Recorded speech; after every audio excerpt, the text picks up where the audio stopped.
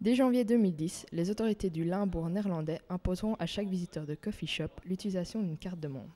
Une mesure de plus pour réguler le commerce de drogue douce dans l'un des seuls pays européens l'ayant autorisé. Cependant, les consommateurs étrangers appréhendent cette nouvelle loi. Ça permettra peut-être qu'il y ait un contrôle, etc.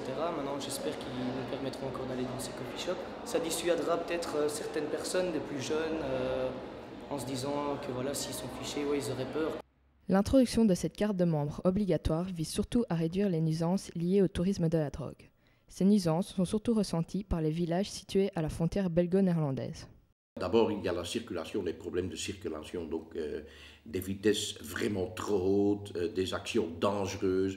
Il y a aussi des cambriolages, il y a aussi donc des menaces, il y a aussi donc l'influence sur les étudiants donc d'une école secondaire, etc., etc. Moi, je crois qu'il y aura moins de nuisances si tous ces gens seront, disons, répandus dans toute l'Europe, au lieu de se concentrer autour d'une seule ville. Mais cette dissémination risque d'entraîner des effets pervers. En effet, la carte de membre pourrait aggraver le développement du marché illégal. Il est déjà très bien développé pour le moment. Ça, on le ressent déjà chez nous. Aux Pays-Bas, il y a toujours eu cette tolérance. Mais depuis quelque temps, elle n'y est plus. En attaquant ce trafic, automatiquement, beaucoup de ces trafiquants se déplacent en Belgique.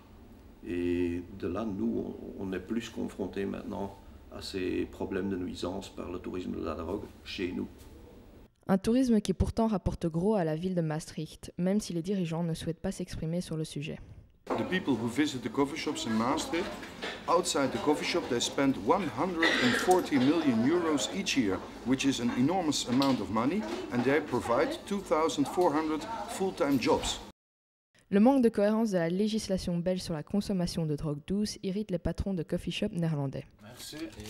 Actually, the only really good solution is that Belgium starts taking their own responsibility and provide coffee shops or something like that for their own inhabitants. Because it's not normal that you allow your inhabitants to carry 3 or 4 or 5 grams for personal use in your pocket, but if you want to buy something, you have to go to Holland or you have to go to the illegal circuit. This is a very stupid politic, so we ask the Belgian politicians to take their own responsibility.